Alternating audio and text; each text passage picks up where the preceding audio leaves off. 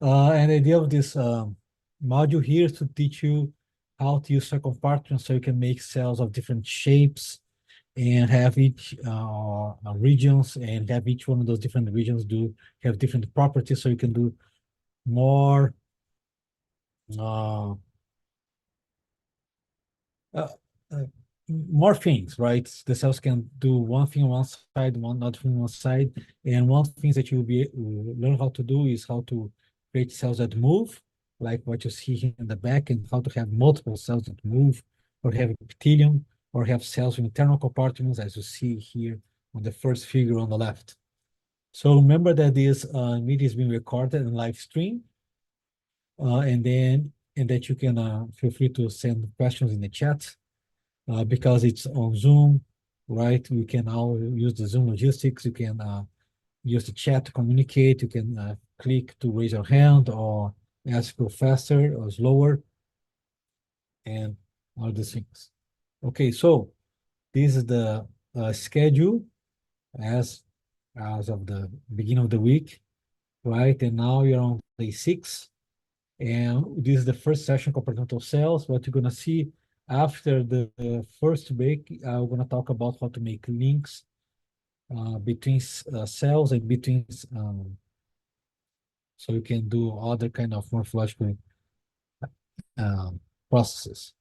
So the idea of this module, here's the outline. I'm gonna give some motivation, and then we're gonna go through 2 examples of how this come out, and the last how to build a stable epithelium, and how to create cells, and how you can how you go about making cell compartments, right? You know how to go about make cells, but today is gonna about cells with multiple with internal structures.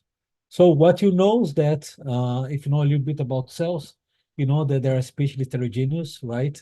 The cell is just not a blob that where things a membrane with a bunch of liquid inside where everything is amorphous. It has internal structure, and this internal structure can actually be translated to some external structure. For example, the cells that move, right? The nucleus usually behind. Behind you have the formation of the stress cables and some contractile events in that cell retracts on the back.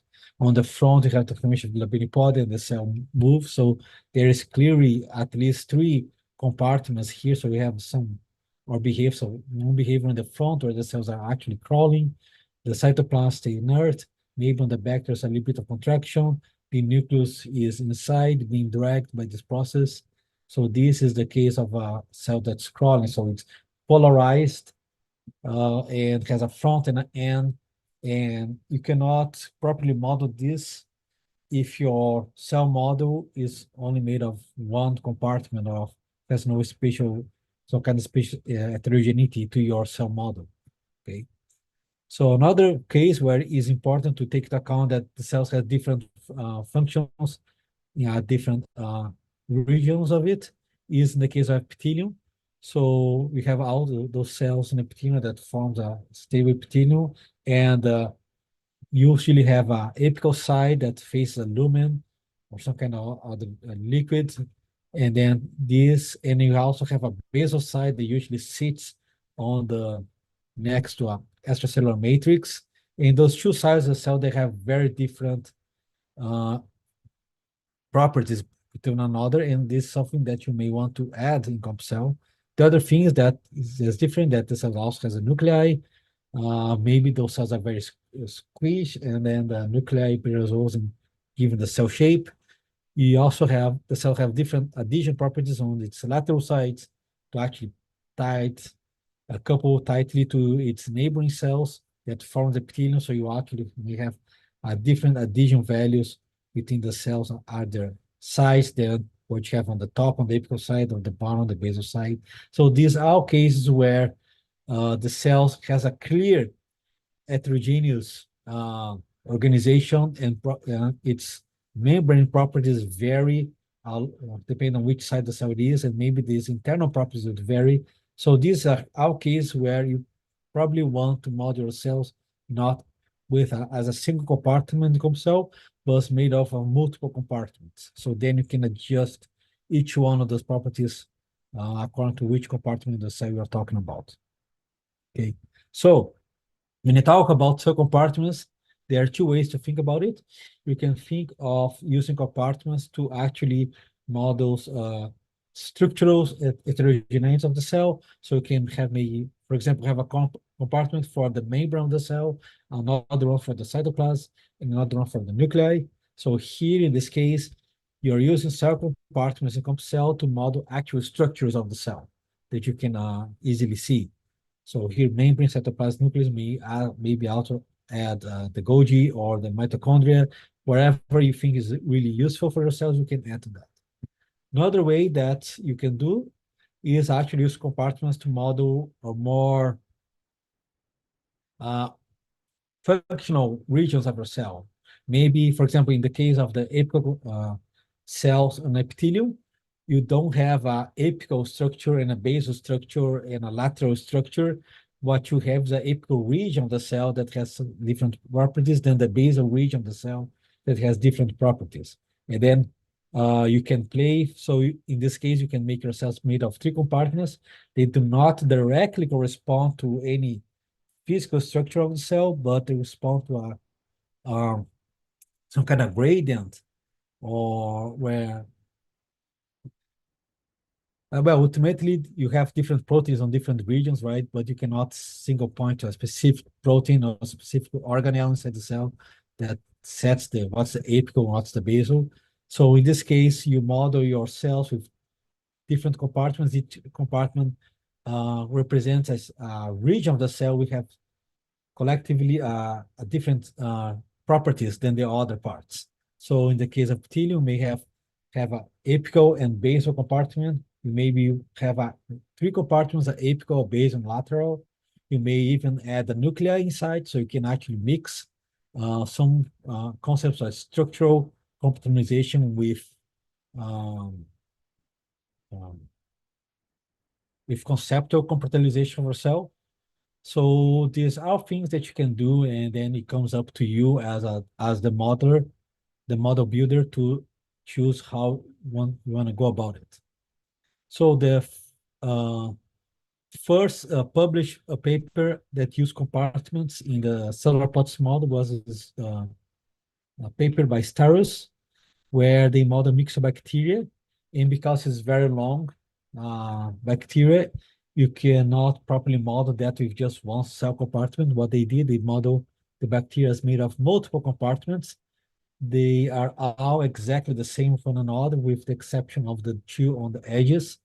And I think one of them is the one that is the head, and the ones that crawls, and the other ones just follow behind because you have some kind of coupling between those compartments. Okay, so that is a case of kind of a mixture of structural and conceptual compartments of your cell, where there's a clear difference in behavior between those two on the edge and the one in the middle, but otherwise, this subdivision here is more just for modeling purposes to make things easier.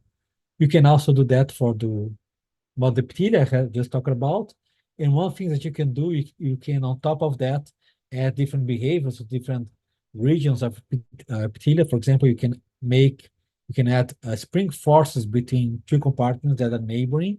This is something that you'll be learning how to do a little bit today, but you're going to do for this specific example, you're going to be learning tomorrow. And then if these cells exert those forces, then you have constriction along the size of your epithelium. If at the same time, for example, this model, you make this other side of the cell to grow, then you can actually induce folding and invagination of your epithelium. Okay, so this was done by Dr. Abbas Shinifar.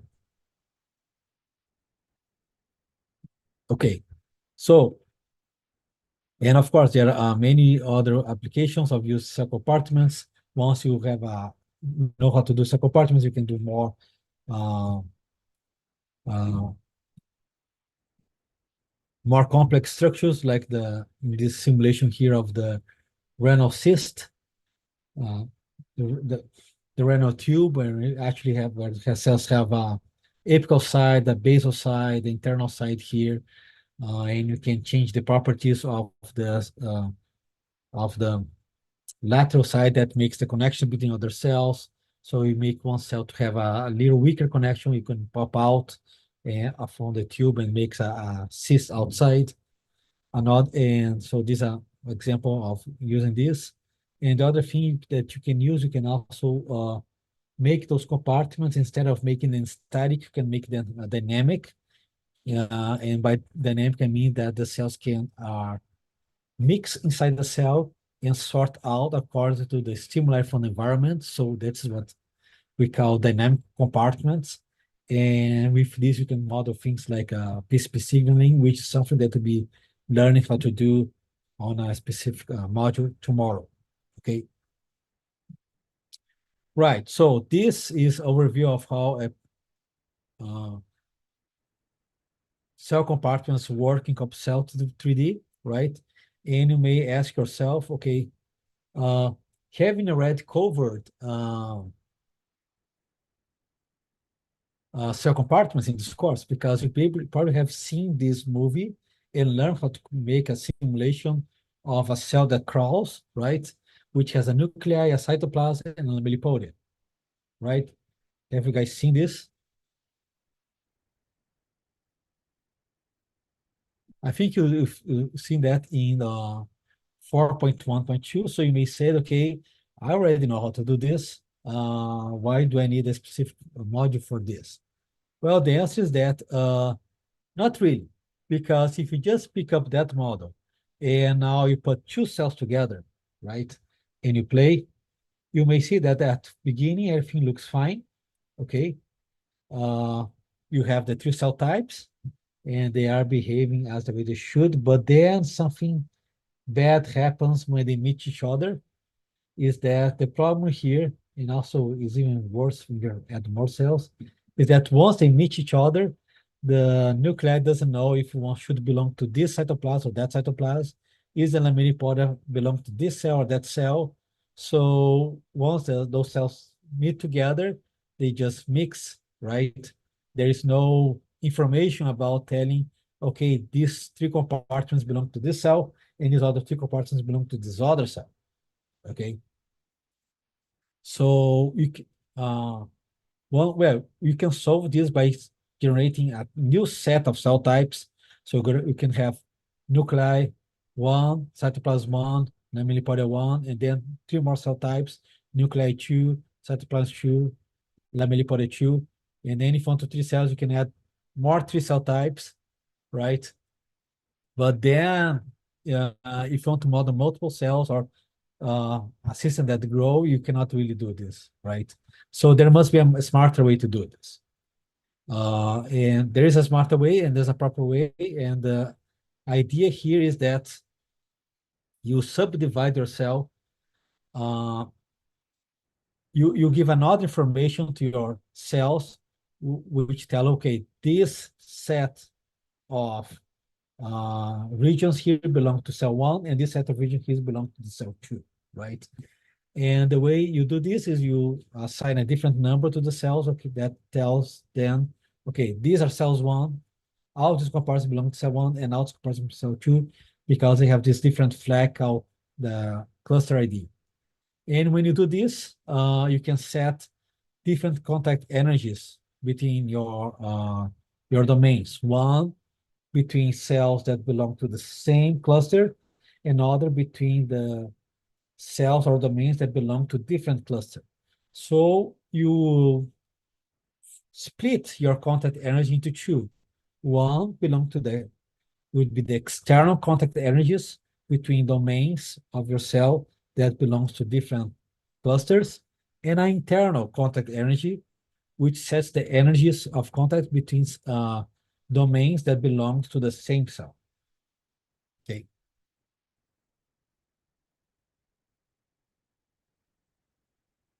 So I just said that. So if you want to do this for the cell crawling example.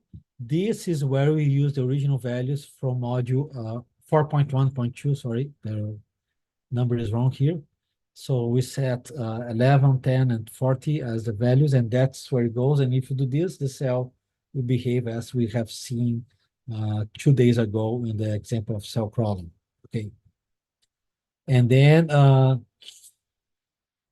for the contact energies, if your cell only has one copy of its domain, so the cell usually just have one nuclei, one cytoplasm, and one lamellipodium, okay, then there is no cytoplasm energy, no lamellipolar energy, and no nuclear energy because your cells only have one of these compartments. So you can ignore this diagonal here, okay?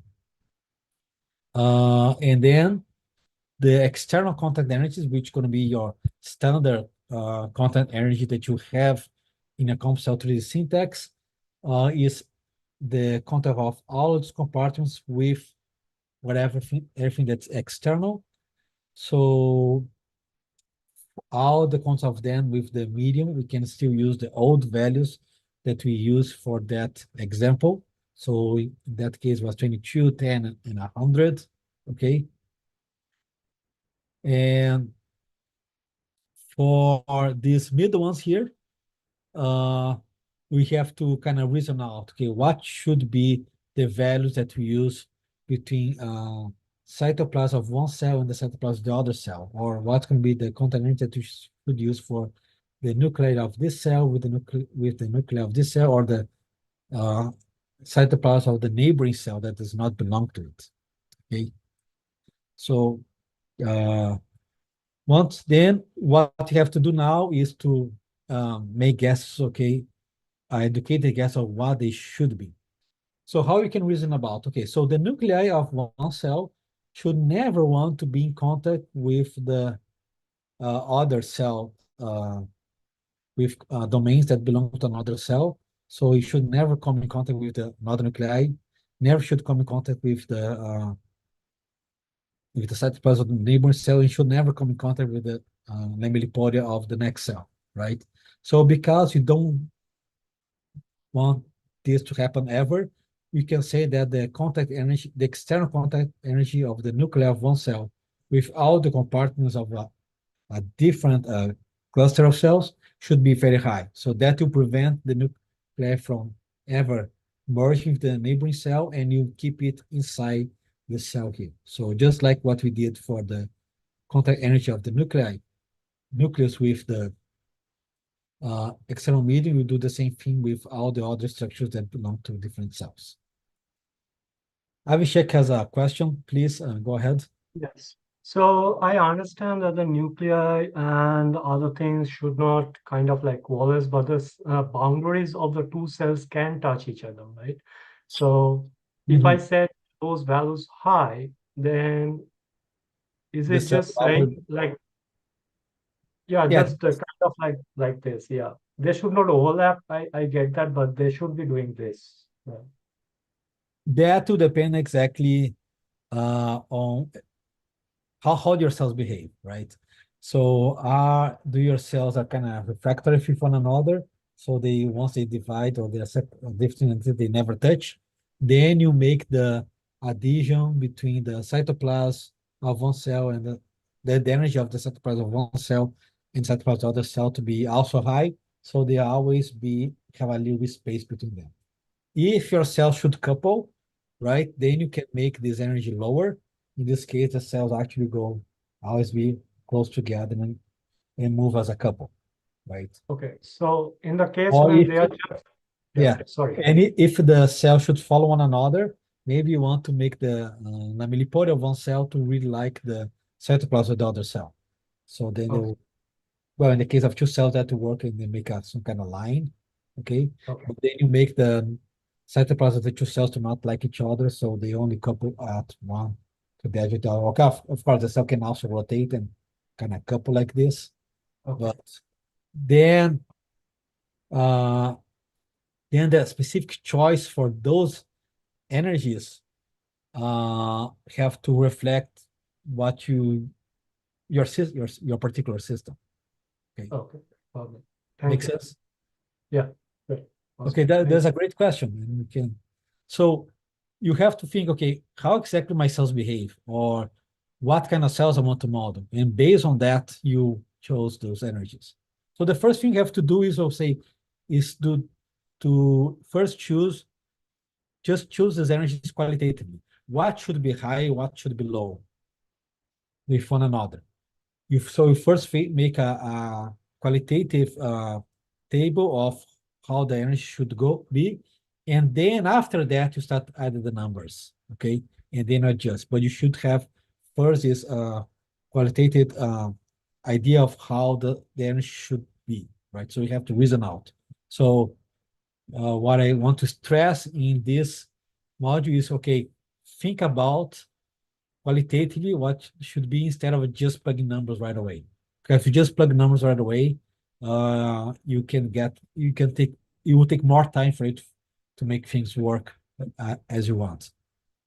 Okay. But that's a very good question. And then, okay, of course, is my next slide. Oops. Okay. So in the case that I want myself to not really mix one another, but kind of move away as independent entities, I usually choose those to be high, okay?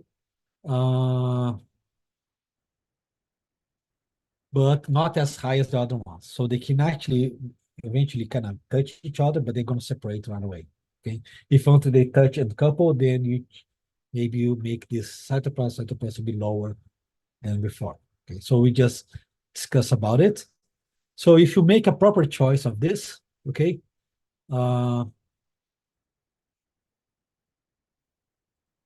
then you can have something that looks like this, where you have multiple cells, right? In this case, the cells are dividing, but you see that when they get close to one another, they maybe actually touch a little bit, but they don't really merge. They actually, there's always a little bit of space in between them, okay?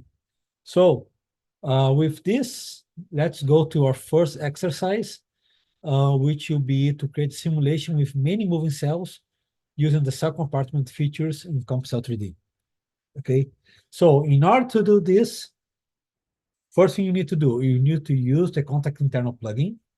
You need to specify what the initial compartments belong, that the initial compartments belong to the same cluster.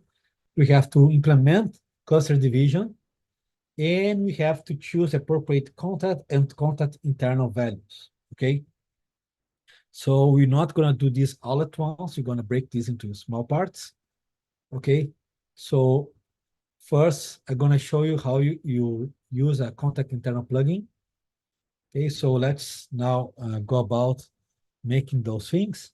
So the first thing you want to do, okay, is you don't want to code everything from scratch. Let's just use the code that you has developed with Gilberto for module 4.1, okay? So I want you guys to all go to the student materials and download a new version of it, which is stored on 6.1.1a.zip. So please go there and download this file and let me know when you're done. Download your computer, open it and tweet it. And once ever open tweet, you can proceed to the next.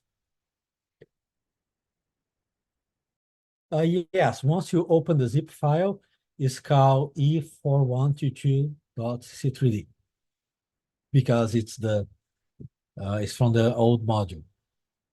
Oh, what's the error, Sharon? The error is lamel is not defined. Lamel is not defined. Okay, let me check. I'll open here on my computer and make sure and check if it works. The error is it says lamel instead of self.lamel in the Python on line 15. Once you fix that, everything works fine. So I just uploaded a working version of the code on the student materials. If you already downloaded, the only thing you have to do to fix is on line 15. Instead of having lamel, you have to have self.lamel, okay? If you have not downloaded yet, you can just go to the materials and download it, and now it should work. All right, so let's continue. Okay, so if you now download it and it's working, okay, I'll ask you to open the simulation on 20++, okay, and take a quick look to see how the code looks like. And yeah, probably you guys already did. You certify that it runs as expected. So this is, I guess, it's done. So once you have the it loaded and tweeted, let's proceed to the next step, which is I want you guys to go to line 53 of the code. And on line 53, I want you to add the content internal plugin, which you're gonna set the content energies of the internal compartments of the cell. So if you go to, you are on the XML file, right? Go to line 53, there should be a kind of empty line between the contact energy and the uniform initializer, and place your cursor there, and then you go to Compartmental YAML, plugins, and select contact internal. And then if once you do that, this should put the contact internal plugin for you inside, and it automatically knows which cell types you have in your simulation, and you add everything there in the correct way with the correct syntax for you.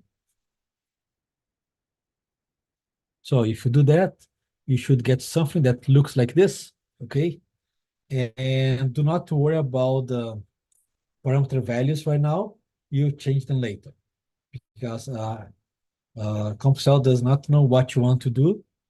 So you just give all the energies to be 10 and the neighboring order to be 1. So these are automatic values which will be changing. It's our job to change those numbers according to the what we want our model to be, how our model should behave.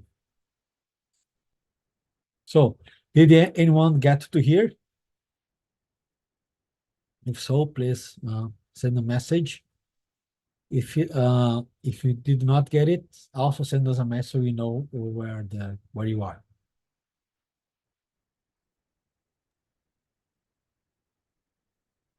So that plugin should not be indented. Oh, for the XML, the indentation doesn't matter. Okay, you probably got something that is right at the edge, like you see here. Okay. So XML, it doesn't matter. Python, everything should be nicely indented, yes. But XML doesn't.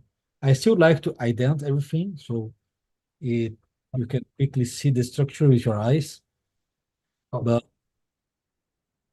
yeah, so you can make an indentation here, this here, and bring all those inside. That will look nicer. Oh. Yes. Okay.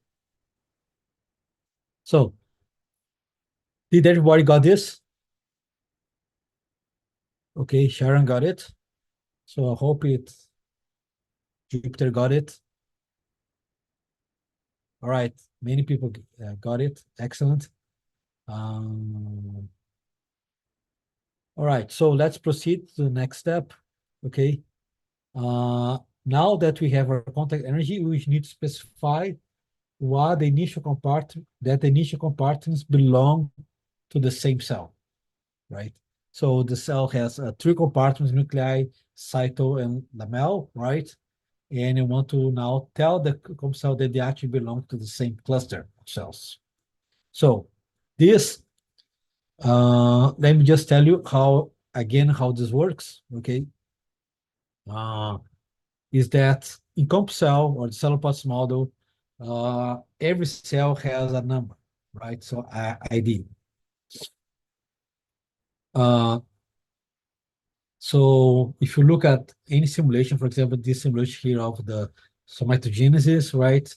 You see that every different cell color here correspond to a different cell type, right?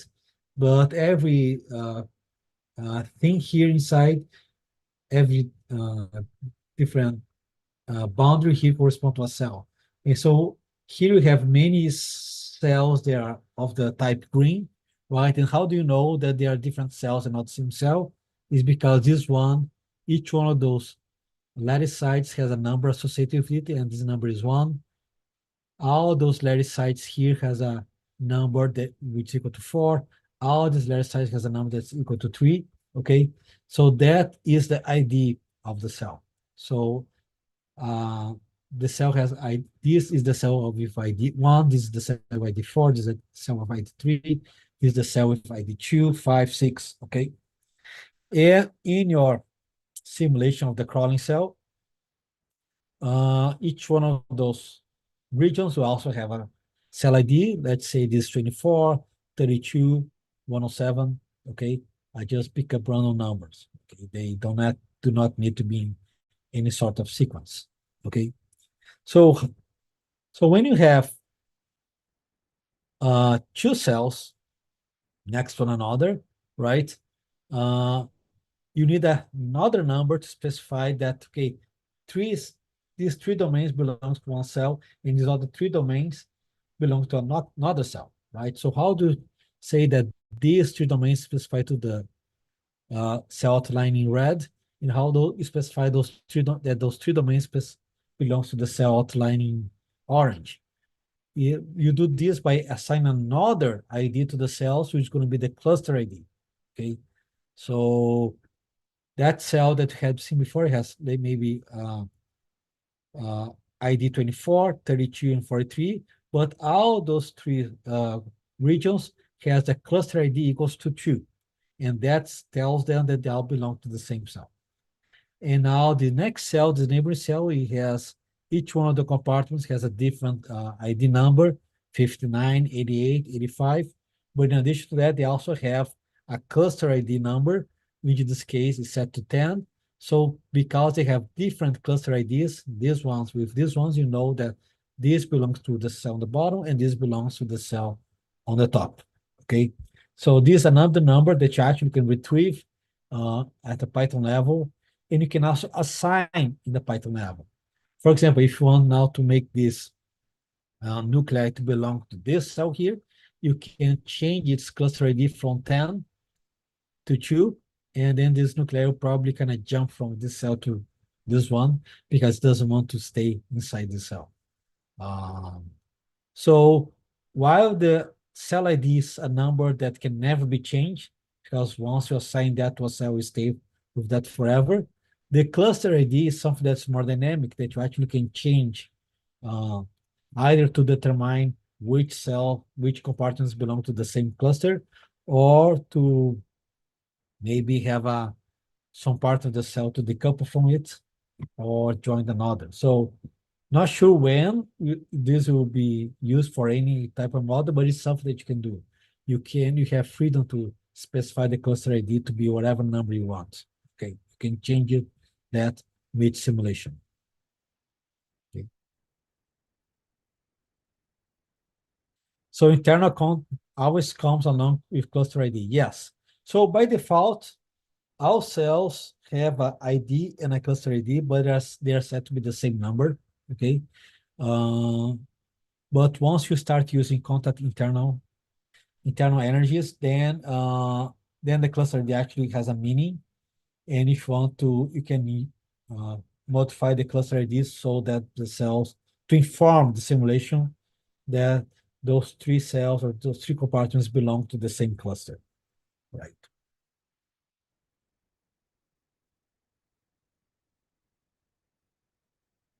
Okay, more questions about cluster IDs?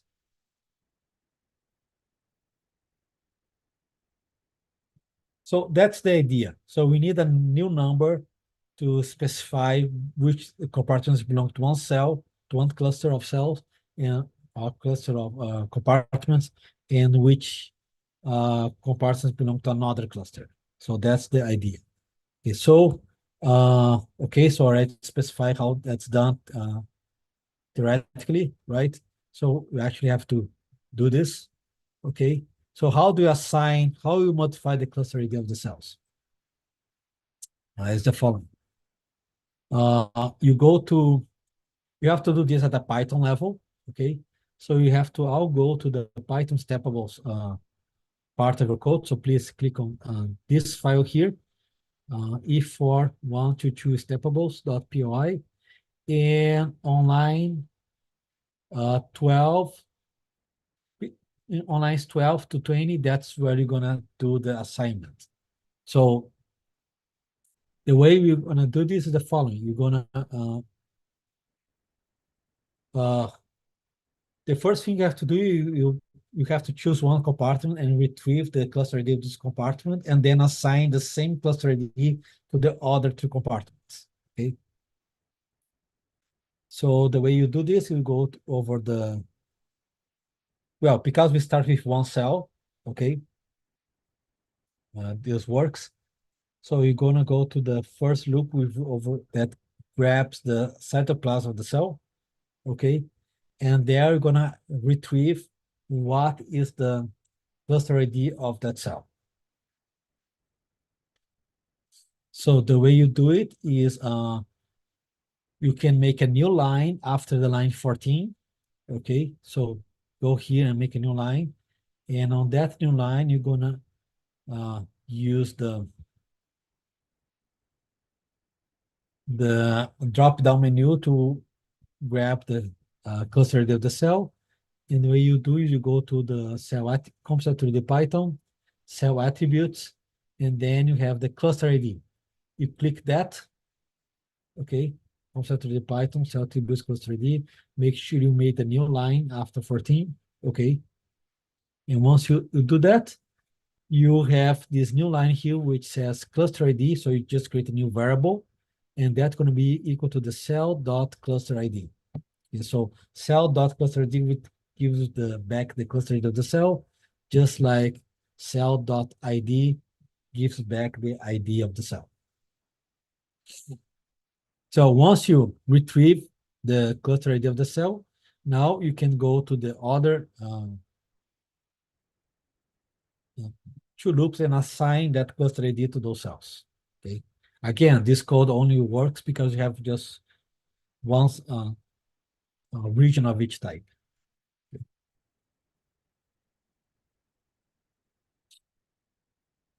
Okay, if you do this, if you have more than one cell, you probably want to do. Okay, good question. Then you have to have some kind of. You see how you can do that in the next example where you actually make an epithelium. Then you see it, okay? But then you need to get more information to know when the cell belongs to this or to the other, okay? Now, okay, so for the next one, you do the cluster ID reassignment, okay? So let me just go there. So first thing, you go there to line 18 now and make a new line, okay? And with the cursor there, go to Compartmental Python, cell attributes, and then now we have something called cluster ID reassignment, okay? So you want to do that for the two other cells types, okay? And once you click this, you get a new line of code, which will be self.reassign cluster ID. And the first entry here is the cell that you're reassigning. So you already have this from this loop from self-lamel, okay? And then the second entry, the second argument of this function will be the cluster ID that we retrieved before. So what this is going to do, this is going to tell, okay, now the cluster ID of this cell here will be the same as the cluster ID of this other one. Okay, and you do this for the lamellipodia and also to the nucleus. Okay. So first you retrieve from the cytoplasm, and then you have the cluster ID of cytoplasm, and you assign it to the lamellipodia and the nucleus. And now all those three compartments will belong to the same cluster.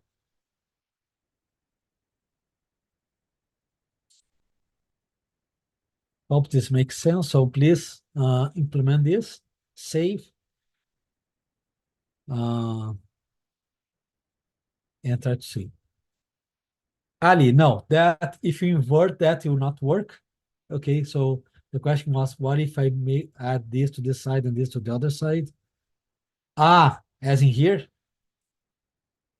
Ah. That's a good question. I never tried to do this. So how about you do the following? You try this one, see how it looks like, and then you try the other one and see how it looks like. I don't think it will work if we try to do directly assign. Doesn't work. Okay, someone tried.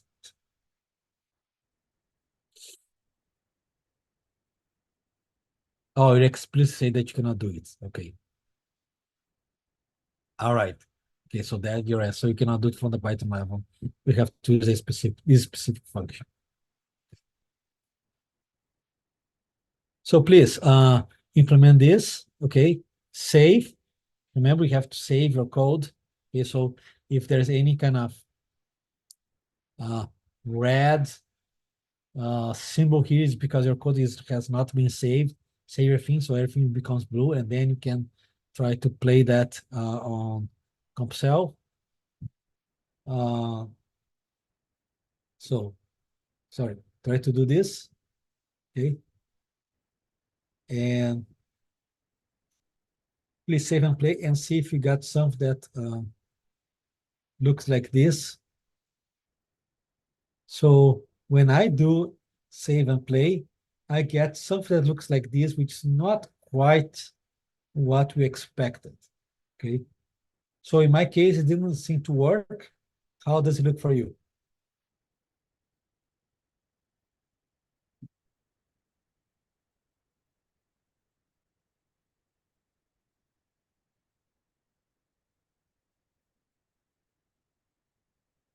You guys got the same as the video? Right. Yes. You should be got some that looks the same as the video. Okay. So probably there's another step that you have to do. What do you need to do? What's missing? So why the cell now looks different?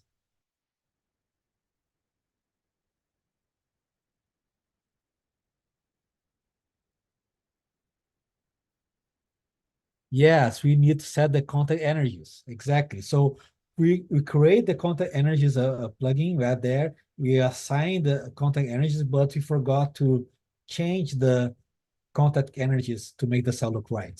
Okay.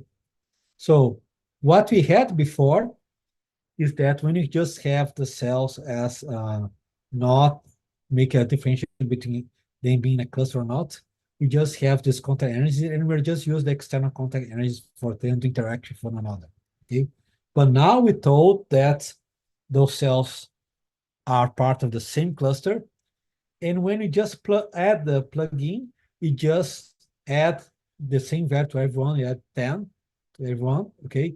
So what you're seeing is what happens if all those values are 10, okay? So we do not want to use this value. What you want to do is now use these values here and add now as the internal contact energies, okay? So we have now our internal contact energy need to reflect what the old external contact energy was, okay, for at least those three values. So what you have to do now, we have to go to the code at the XML level and make sure that the additional energy between cytoplasm and millipore is 11 instead of 10, and the contact energy between nucleus and millipore is 40 instead of 10. Okay, so please go out to the code and make those changes. And also the other thing you have to do, you have to make the neighboring order from 1 to 4. So please do those changes, and then let me know if now the cell looks right.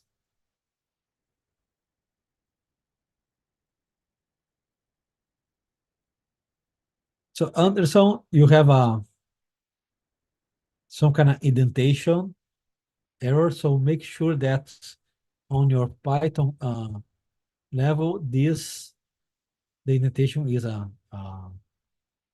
is respected here. So this should be the same level this one, and those two new comments should be the same level as the previous comments. Okay. It might just be one line on one space, or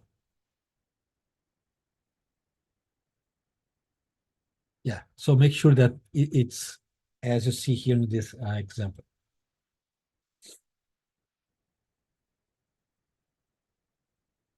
So it seems that Jupiter got it to look right now.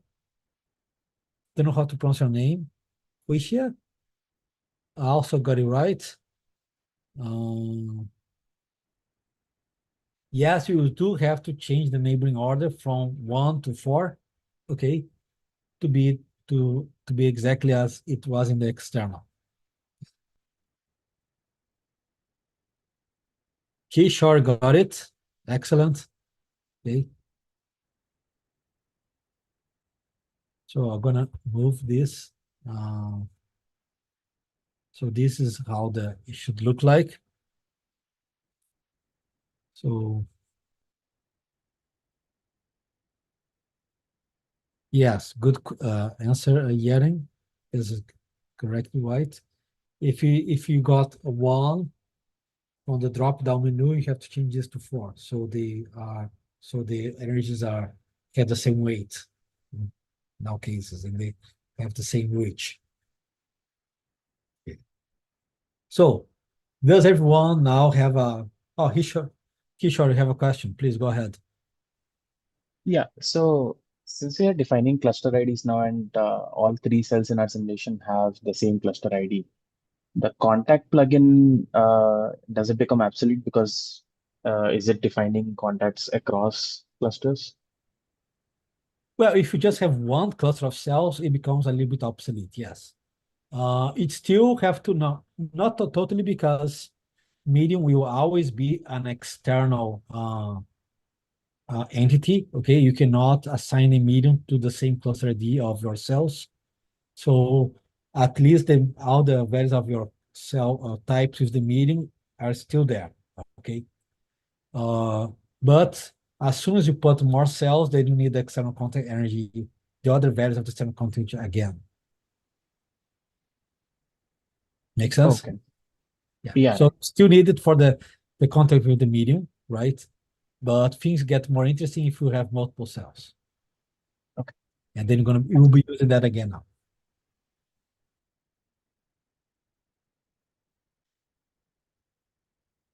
Good question.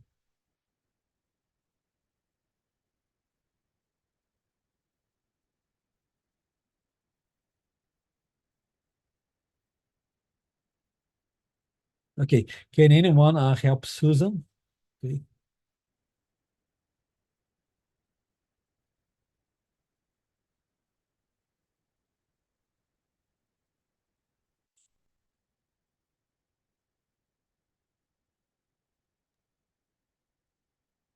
I have more lines inside of the contact internal than you have. You have more lines? Yeah. Yeah, Awesome. actually, I was going to ask about that as well. Which Because Sorry. the code snippet creates medium energies as well. the code adds medium. Okay. You can certainly delete these ones. Okay. It should not have add the medium as an internal contact energy. So if it's adding, you can just delete it. Okay.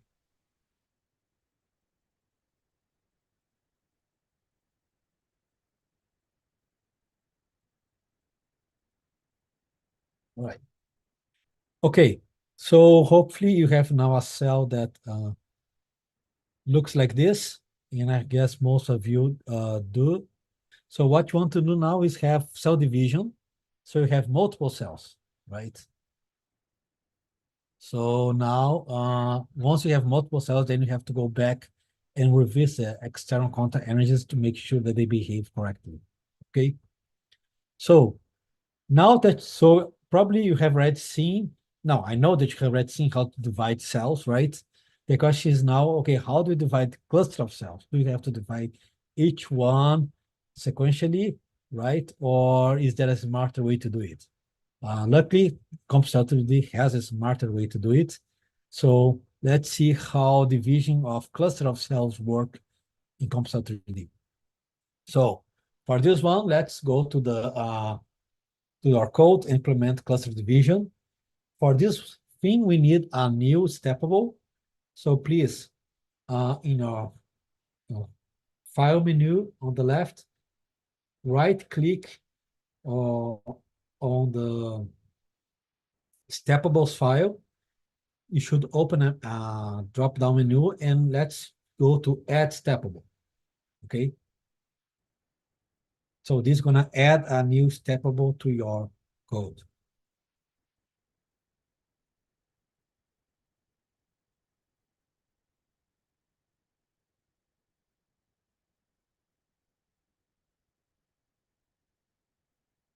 You'll see, Kishore, how it works. Okay. So add steppables. So you go here, click on this one. And the next, when you click this, you get a wizard menu. And you have to give a steppable name. Let's give it divide cluster cell or just divide cluster. Okay. And on the steppable type, the default is the generic, but you don't want the generic. What you want is the cluster mitosis. Okay.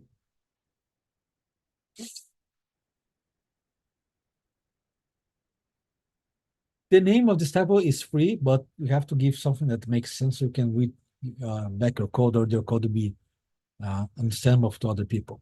So let's just call it divide cluster cell, okay? And let's select cluster mitosis.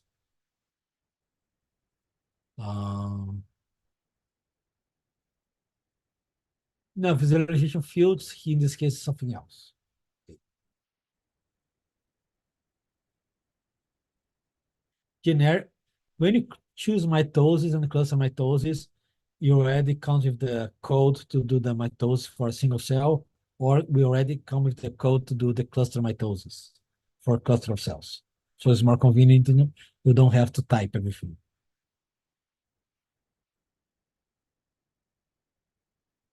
Okay, yeah. So select cluster mitosis, give the name, and hit OK. And then you should see something that looks like this, okay? And you'll probably be around line 40, okay? You should see this new steppable, add to your code, and you see that there is a lot of code there that's gonna implement the cluster mitosis for you, okay? You just have now to change to make the division happen the way you want it to happen, okay? So what did you got here? What Compcell gave you is a kind of more or less okay, the code, and there's more about 3 sections. So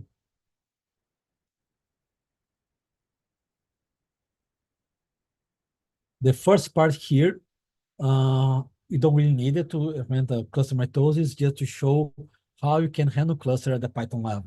For example, for cell in your list of cells, okay, you can, for any cell that you got from simulation, you can retrieve the cluster of cells that it belongs to. So that cluster of cells, you give the cell cluster ID, okay?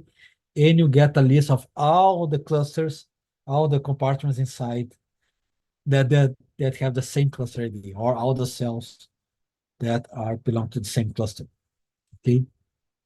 And once you have this list of all the cluster cells with the same cluster ID, okay, all the compartments that belong to the same cluster, you can do a loop of cell local in cell cluster list, and then you can iterate over all the compartments inside your cluster, okay? So this is just to show you how it works. Okay, okay, so this is just to show how you can handle cluster cells, how to can make loops over them, okay? What I highlighted in red is actually where we decide which cells or which cluster will divide. Okay, so first you have a mitosis cluster list, which is empty. And then what you do, you go for compartment list in self of clusters list. So this is a function that returns all the clusters of your that exist in a simulation, okay? And so now you're going to be iterating over all the different clusters. So for the first cluster iterate, you set the cluster ID to be volume to be 0, okay? And then this compartment lists the list of all the compartments inside your cluster, and you can do a second loop of the cell in this compartment list, okay? And then what you do,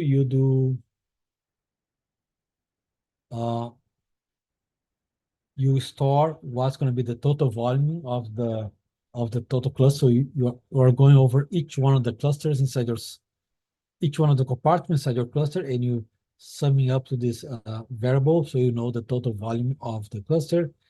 And usually the way we implement cell division or cluster division in this case is that if your cluster is growing, right, the compartments inside the cluster are growing and reach a threshold, then that's when you want to divide your cluster.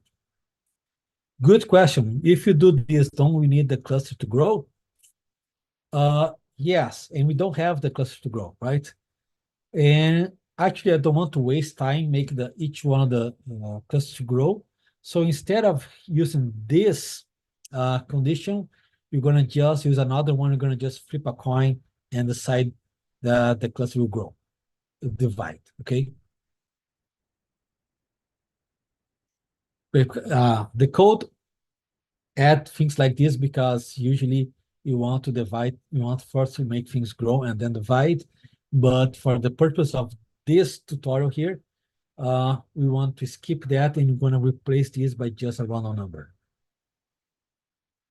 Make sense, Aaron? Okay, so you get there. So here is just how we decide when they will divide, okay? And once you decide they'll satisfy the division condition, whatever that might be, we append that cluster ID to the mitosis cluster list. Once you decide all the clusters will divide, you go and do a last loop over all the clusters that will divide, and you just said, okay, now divide this cluster. Then when you divide cluster, you still have the same options that you have for dividing single cells. We can divide a random orientation, a given orientation along the major axis or along the minor axis. And they're going to be the major and the minor axis of the whole cluster, not of any individual cell inside the cluster. There is no way to specify a target volume for a cluster of cells. You have to specify a target volume for each one of the individual compartments, okay? You have to make the cycle grow, the nuclei grow, and the lamellipodia to grow. You have to do then that separated. So that is how the structure of the code that you just inherit from the addition of the steppable. I will already talk about this. And here, so circle back to the question from Yaren, okay? We don't want to make the decision to grow to divide based on the cell that's growing. You don't want to implement that. What you want to do, we just let's replace this condition with just a random number. So on the top of the file, please add from random import everything so you can have access to the random functions from Python, okay? And once you add this line on the top, please replace this with random lower than 0.005, so low numbers so we have cell divisions. So please make these 2 line modifications, okay? Replace the cluster volume higher than 250 with random less than 0.005. So that's how it looks like. Okay, I still have here a different number, but it should not make much of a difference. Okay, so for you go over all the clusters and you have a 0.01%, 0.1% or 0.05% chance of dividing at any given time, okay? And the way that it happens is that Compartmental automatically choose the division plane for you randomly because you ask for random orientation. And then Compartmental 3D automatically reproduce the compartment arrangement from your original cell into the other cell. So you make this line here, okay? It knows that there is a green compartment on top, cytosol compartment in the middle, and a nucleus compartment at the bottom. So we're gonna reproduce this on two other cells, green, purple, yellow, green, purple, yellow, okay? Will look funny right after division, but as soon as they divide, the cells will sense the contact energies and gonna move away, reestablish their shape very quickly. Okay. So that's what's going to do. The last thing you have to do is that because the cluster mitosis usually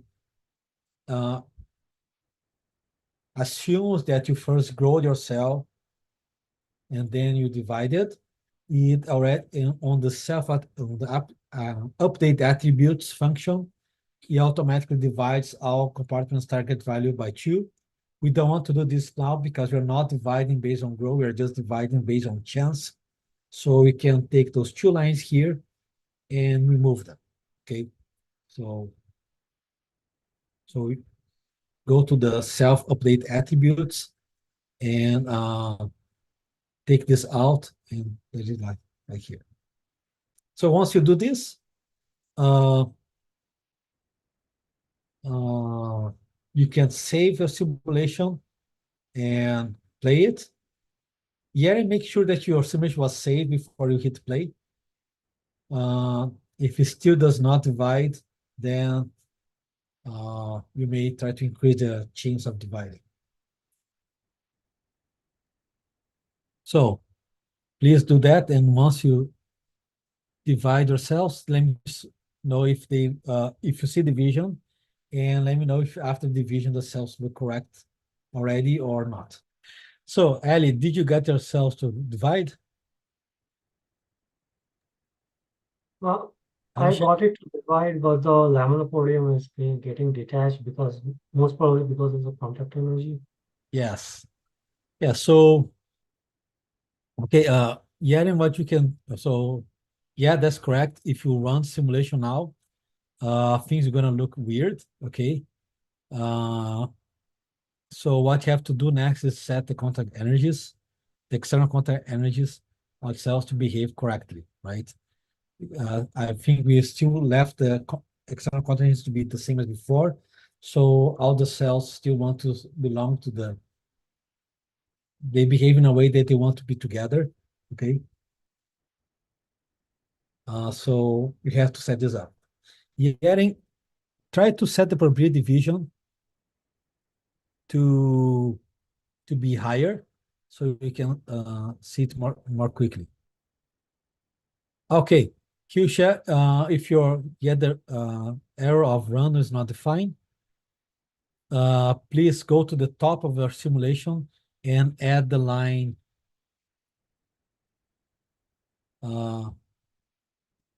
from random import asterisk star. I think we will try it. You have read right? Well, stop simulation, go to edit, make sure that the line is there, save it, and open again in the player. Problem solved, excellent. Okay, so the reason that we got our cells are divided, so that means that you successfully implement the cluster division, okay, but the cells still look weird because we did not fix the adhesion energies, okay? So what you have to do now is choose appropriate external contact energies. So they're gonna actually look like this and not look like that, right? So what you have to do, you have to go back to the XML file, and we have already did this exercise. What you have to do is we already reason out that the contact of the nuclei with everything else should be very high, and that the contact with the cytoplasm, lamel, and lamel should be also a high number, okay? So what you can do now, you have to go to the player, go to the XML and make a choice of what those numbers should be, okay? So you can either make your own choice now or just copy the values that I have here. And once you do this is a simulation that shows how it looks like when you choose 100 for this line and 50 for those, okay? But if you want to do something else, like Abhishek was telling us at the beginning, maybe you want the cell to couple with one another, so maybe you can reduce this to be a lower value, or maybe you can reduce the cytoplasm, the lamella of different cells to be a lower value, so they will in attempt to want to follow each other, okay? So now it's up to you to choose those contact energies and get the behavior that you want to for your system. Okay. So let me know if it works. We're gonna give you 1 minute to try that, and then we can proceed to the next exercise. Excellent, Jupiter got it. Okay. Now that you got it, you can maybe try different values here and see how the simulation looks like. Yes, Ramon, someone asking is, no, it's a very appropriate question. That, yeah, the difference between contact internal is that contact internal only considers the cells that have the same cluster ID, right?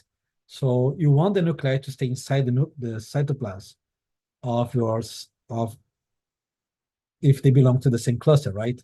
But you want your nuclei to abhor everything else.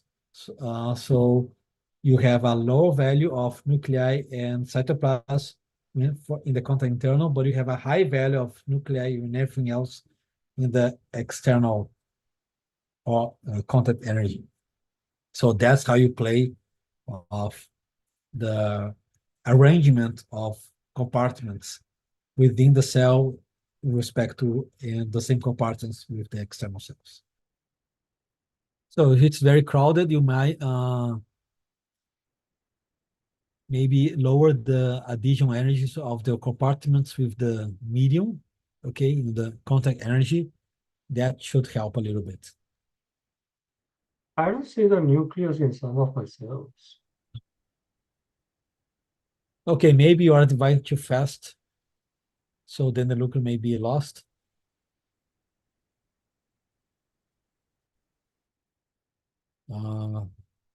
They probably were lost during the division. This is not the proper way to divide, because you usually want the cells to grow first and then you do the division, right? Yes. It might happen that you have two divisions right away, and then this means that you divide the cell that didn't have time to grow, and then you divide again, and then you may lose one compartment in the process. But the point of the exercise was just to learn how to set the contact energies and the external contact energies, and know how you can divide cluster of cells, because the code for division cluster of cells is different than the code to divide a single cell. So as long as that work, this is already a successful exercise. You can delete the medium terms in the internal contact energy, but not the external. The external, they should be there.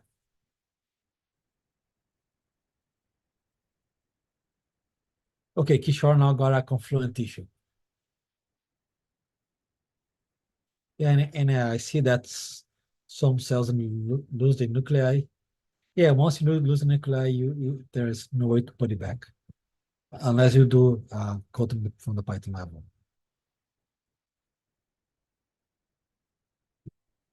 Jupiter, you have a question? Yeah. So I noticed that when the clusters are dividing, because the model that we worked here is for the directionality to be random, right? To set to random and follow some path. I noticed that the daughter cells have the same direction as the mother cell, so I assume that these attributes get passed on. So I Yeah. was wondering, like, oh, Oh, now that I'm talking out loud, I think we already had that on stepwells, right? That was the cluster division. And then every attribute from the parent just goes to the child, basically. Yes, Okay, cool. Yeah, initially, just right? speaking out loud, I answered myself, but yes, thank you. Yeah, but you see that the next time they choose the orientation, there's going to be random, right? Yeah, But yeah, usually keep going same side, and they exactly. Awesome. Thank you. sure.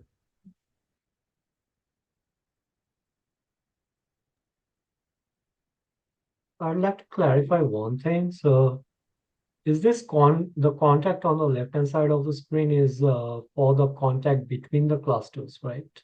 Yes, between the And between the different different between compartments that belong to different clusters. okay. And the internal is like within the cell. Yes, within the cluster. Okay. Okay. Thank you.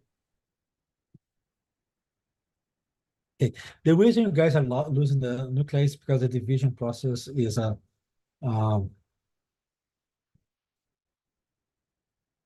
it's artificial, right? One thing that you can try to do is to make this better is maybe instead of having a dividing at the random orientation, may choose divide along the minor axis. So you're going to divide like this, then you're less likely to lose a cell type in the division. So use this one here. So comment this one and use this, and that might help with the losing nuclei issue. But I'm confused about one thing. Like, even if it is a random orientation, I'm dividing along the random orientation. Like the daughter cell should get the exact copy of everything the parent cell has, right? Yes, So why is it the case that in a random, if I tell it to divide in a random orientation, I can lose the nucleus?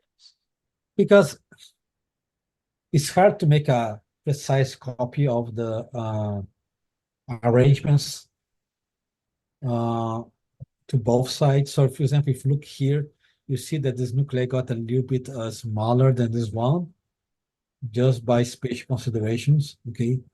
So, and because everything got divided, there's a high pressure to everything to grow fast, and the nuclei really dislikes the medium, okay?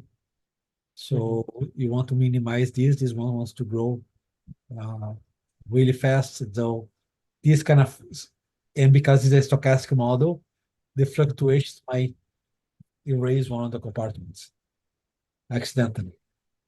Okay. So that's why I believe if you just tell to always divide like this, you may get better results. I see.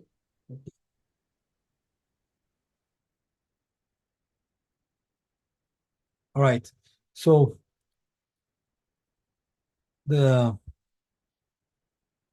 I hope you're having fun with the dividing cells that move. Okay. The other thing that I would like to do here is to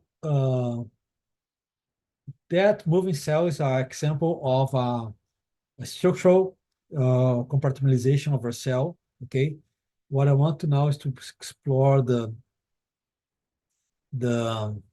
functional compartmentalization for cell. Okay, so I want to proceed to make an exercise to create the base simulation that will be that will allow us to do this. Okay, where you're now creating epithelia, and you are dividing your cells into basal, lateral, and apical compartments. Okay, and they sit on top on an ECM layer. And then you can do this part. Because you're running out of time, I'll probably skip the model building part of this one and proceed directly to the choice of the correct contact energies, okay? But let me just walk you through what's the idea.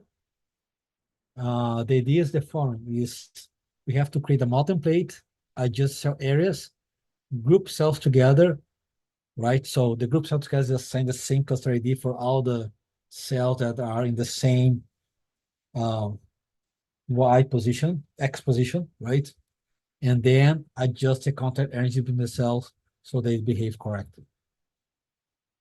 Okay, so well, we'll skip the model template. Okay, we call it tissue folding, Python XML. All these you get the apical lateral basal ECM cells. Okay, and then if you're making a model from scratch, make sure that you choose the contact and contact internal in your wizard. Okay, and then for this case, you choose volume flex, center of mass cell neighbors.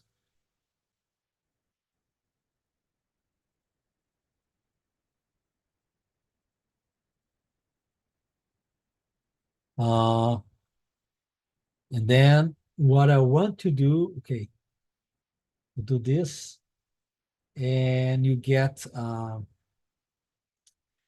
then when you just load, do the steps, you will get something that will not look like this.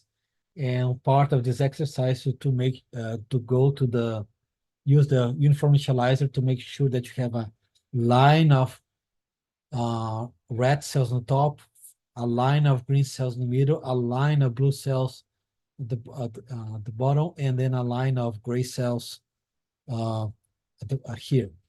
No, we will skip this part. I want you to just get the code, okay? And then the way that you do this, if you want to have this kind of initial layout, you in the uniform initializer, you can make multiple regions to define those different to make this arrangement, and then you make a first region that goes from X from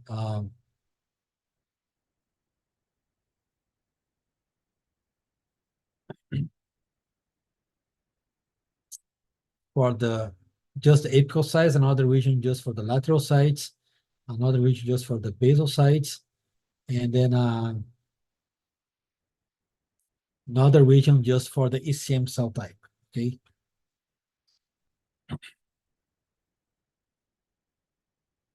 Okay, so this should not be yeah, so X go from 0 to 250 because that's the size of our lattice, and Y goes just from 49 to 56. Well, the X is always from 0 to 250 because to span everything, and this just from here to here, the green just from 42 to 49, the blue from 42 to 35 to 42, and the gray, which is the ECM type, goes from 0 to 35, and then you get rid of those 3 layers, okay? And what I want to do, I don't want you to waste time going over all this model bin. I want you to go directly and grab the code 6.1.2b zip file, which already have all this implemented, okay? So you still can review the slides to see exactly how it's done, but I want you just to grab this file and let's start from here. Okay. So please download this file here on the student materials. Unzip, open on your tweeted, play Compartmental 3D, and let me know if you tell me what you see. Okay, Recon and Abhishek were able to load the code and run. Excellent, and you can see that things are not looking right. Okay. The code already has an adjustment for keep the cell size. It does not adjust the ECM, right? And so the ECM cells quickly shrink. So what you have to, so if you just open the code, you may see something that is not correct, okay? So what you have to do now, you have to do some work to, first, let's make sure that everything is stable. So in the code that I sent you, we are defining ACM to be very big cells. So the first thing you need to do is make sure you got a stable object, right? So in the start function, should already be a code to add the volume of everything. So make sure that when you go over all the cell ECM, you assign a bigger value than what you had before, so it will not shrink. So that value should be, let me go back here, is 35 by 35, so we have to add this number square to the ECM cells. Let me open here on my tweeted, and then I can show you how the simulation looks like. Okay, so here you should have download the 6.1.2b file, okay, because everything's already set like this. And you see that here the plugin volume, you are assigning a volume for each one of the cells with 50, 50, 50. So that's why these cells here look okay. But the ECM, because you are assigning it to be big cells from 0 to 35, you need to change this value to be 35 squared. Okay, so 35 squared is 1, 2,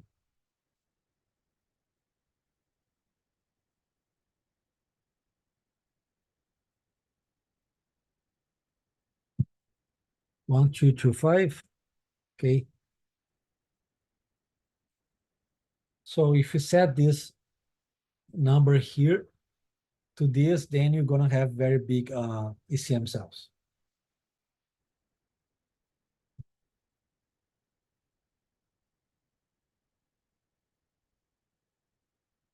Does it work now?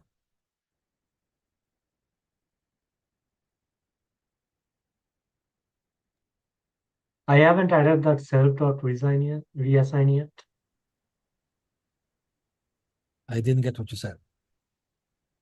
So so in the main slide, you have that self.reassign cluster ID cell 2. I haven't done that yet.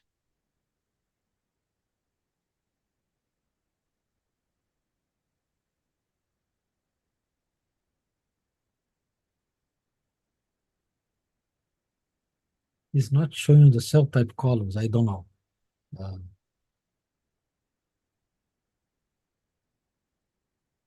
No, it doesn't matter. 15 and 49 are almost the same.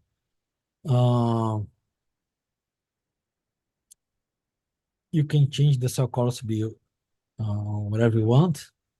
It's just that because we made the ECM to be very big, we have to justify here, change this from 50 to 1225. Yeah, now I will. Now you got it? Okay. So Yeah. I know you got it. Kishore got it. Ali got it. Anderson, you probably download the wrong version of the file. It should be 6.1.2b with B at the end. We only have a few minutes left on this exercise. I want to make sure that everybody got at least at this stage here. Okay, so if you got this stage, you see that, okay, you don't really have a epithelium yet.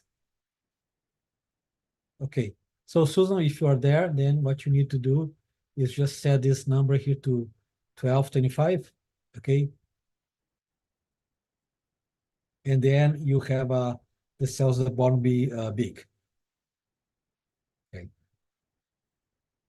So change this line here.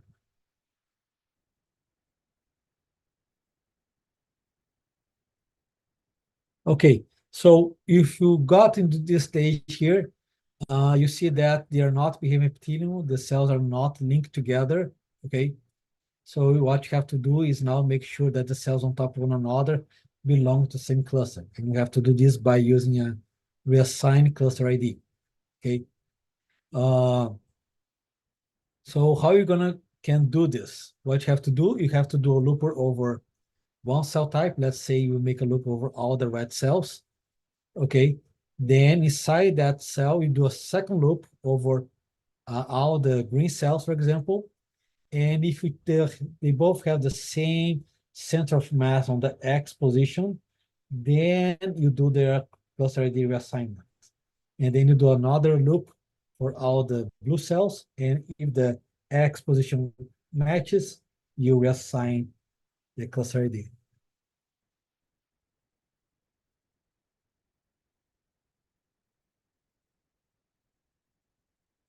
Okay. So this is how you do in code-wise, okay? I don't want you guys to code this now because I already went over time. So I just want to follow up the slides and everything is already solved. So you can download the zip files, you can see the solved problem, okay? So the way it solves the following, you go, for example, all the cells are this apical, and then once you grab this cell, you do a second cell loop. Then you have to assign this dummy variable a different number, cell 2, of all the cells lateral. Check if the center of mass are the same, and then you make a reassignment. Okay. You say that this cell 2 now have the same cluster D of the cell that was the top. You do the same for the basal. And what you have, you end up with now all those cells have the same, belong to the same cluster. Okay.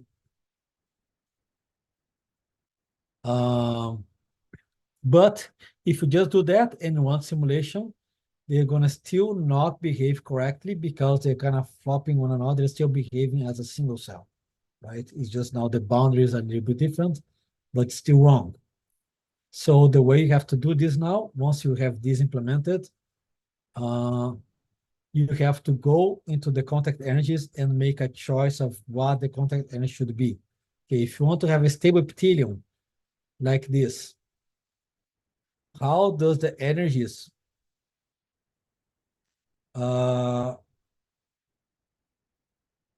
between the different cell types should be, what the energies internally should be, okay, and what the external energies should be.